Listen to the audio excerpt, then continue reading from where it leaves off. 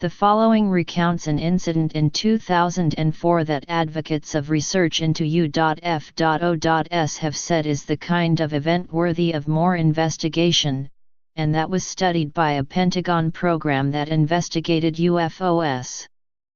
Experts caution that earthly explanations often exist for such incidents, and that not knowing the explanation does not mean that the event has interstellar origins. CMDR. David Fravor and Lt. CMDR. Jim Slate were on a routine training mission 100 miles out into the Pacific when the radio in each of their F/A-18F Super Hornets crackled. An operations officer aboard the USS Princeton, a Navy cruiser, wanted to know if they were carrying weapons. 2 CATM-9S, Commander Fravor replied, referring to dummy missiles that could not be fired. He had not been expecting any hostile exchanges off the coast of San Diego that November afternoon in 2004. Commander Fravor, in a recent interview with the New York Times, recalled what happened next.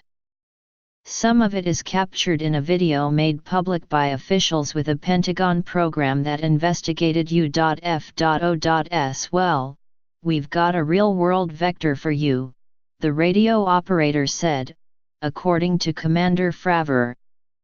For 2 weeks, the operator said, the Princeton had been tracking mysterious aircraft. The objects appeared suddenly at 80,000 feet, and then hurtled toward the sea, eventually stopping at 20,000 feet and hovering. Then they either dropped out of radar range or shot straight back up. The radio operator instructed Commander Fravor and Commander Slate, who has given a similar account, to investigate. The 2 fighter planes headed toward the objects. The Princeton alerted them as they closed in, but when they arrived at merge plot with the object, naval aviation parlance for being so close that the Princeton could not tell which were the objects and which were the fighter jets, neither Commander Fravor nor Commander Slate could see anything at first. There was nothing on their radars, either. Then, Commander Fravor looked down to the sea. It was calm that day, but the waves were breaking over something that was just below the surface. Whatever it was big enough to cause the sea to churn. Hovering 50 feet above the churn was an aircraft of some kind, whitish, that was around 40 feet long and oval in shape. The craft was jumping around erratically, staying over the wave disturbance but not moving in any specific direction, Commander Fravor said. The disturbance looked like frothy waves and foam, as if the water were boiling. Commander Fravor began a circular descent to get a closer look, but as he got near, the object began ascending toward him.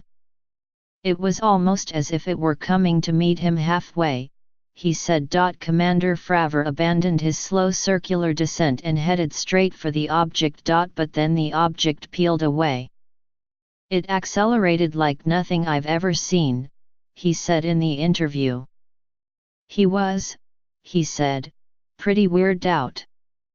The 2 fighter jets then conferred with the operations officer on the Princeton and were told to head to a rendezvous point 60 miles away, called the Cap Point, in aviation parlance. They were en route and closing in when the Princeton radioed again.